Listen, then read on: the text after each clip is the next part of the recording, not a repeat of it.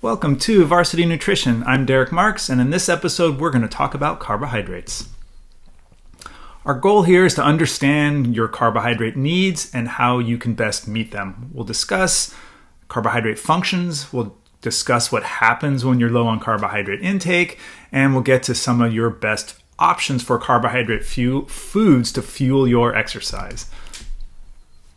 The function of carbohydrates is pretty straightforward. They provide your body with the fuel to perform meaningful exercise. Most training and performances that you do fall into a range of using at least 70%, if not up to 100% of carbohydrates to fuel your muscles to do meaningful work. The higher intensity you are exercising, the greater the use of carbohydrates. They're critical for fueling exercise, and therefore consumption of carbohydrates becomes so important to ensure that you can perform at your best throughout an exercise session, a training session, or any type of performance. They also provide an important feature in helping with gaining muscle mass, and that's mostly due to the release of insulin when we consume carbohydrates. But in this discussion, we're really going to discuss them in their role for providing energy for exercise. How much carbohydrates should you consume? Well, it really depends. It depends on your training volume and your training goals. Ultimately, I categorize carbohydrate need based on the type of athlete that you are. You endurance athletes tend to do the highest volume of training, especially consistent training, and therefore have the highest carbohydrate needs. Generally, I'd say between 60 and 70% of your total diet should come from carbohydrates. I'm talking about you cross-country runners and track athletes, cyclists out there, and to a certain extent, some of you mixed sport athletes that are more on the endurance side. Maybe you soccer midfielders, as an example.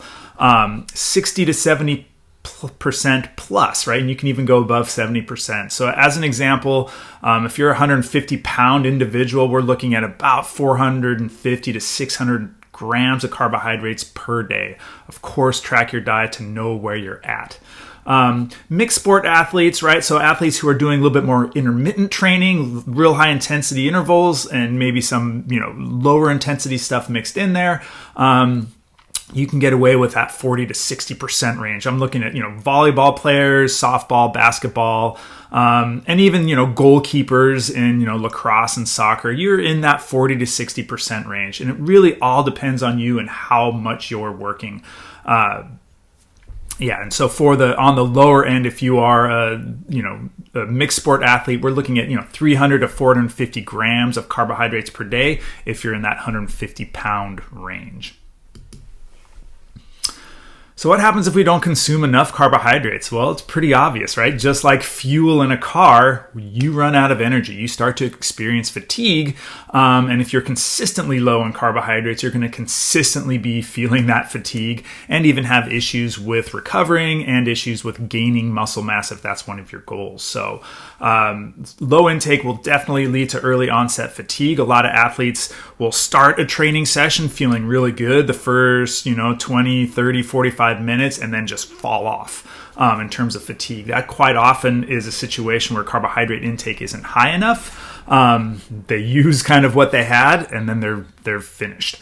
If you're feeling fatigue throughout the day, if you're consistently hungry throughout the day, and if your mood is pretty low and it's hard to kind of lift your mood, quite often those things are associated with low carbohydrate intake. One of the things that's important to know is that your body doesn't store carbohydrates very well. And we can deplete our carbohydrate stores. Even if we do a good job of eating carbohydrates throughout the day, we can deplete our carbohydrate stores in 60 to 120 minutes of exercise. One of the things about carbohydrates use during exercise is that it's very muscle specific. So if you're using your leg muscles, you run out of carbohydrates in the muscles that you're using. Doesn't matter how much carbohydrates you have in other muscles, that depletion will lead to fatigue in those muscles. So it's really important then to also consume carbohydrates pre and during training. And we have those discussions in other videos in this on Varsity Nutrition. But for now, just understand that, we don't store them very well. So consuming carbohydrates in adequate amounts throughout the day really serves you well for performance. In terms of carbohydrate choices in carbohydrate foods, the good news is carbohydrates are really easy to get in our diet. When we look at food choices at restaurants and grocery stores, like carbohydrate, foods are everywhere. And they taste good typically, and so they're really easy to get in our diet. I very rarely work with athletes who don't consume enough carbohydrates. That being said, here are some of the better choices. I like to categorize them based on how quickly the carbohydrates, the energy in those foods, is available to us. So slow carbohydrates I describe as being best for consuming during meals. They're a little bit slower to digest. They usually come with fiber and other things that don't necessarily serve us well during exercise. But these are the carbohydrate foods that you should really emphasize, for your bigger meals. Whole grains, rice, quinoa, vegetables are a fantastic source. Good quality pastas and breads are a phenomenal source of carbohydrates. Just, aim for the ones with the least number of ingredients, the things that you can, identify as being real food in those products, because there are some that are not ideal. Sweet potatoes, great choice. Oatmeal, one of my favorites, especially for breakfast and morning meals. And beans. Beans are a high carbohydrate food. Yes, they have a lot of protein as well, but yeah, beans provide a pretty good resource for carbohydrates.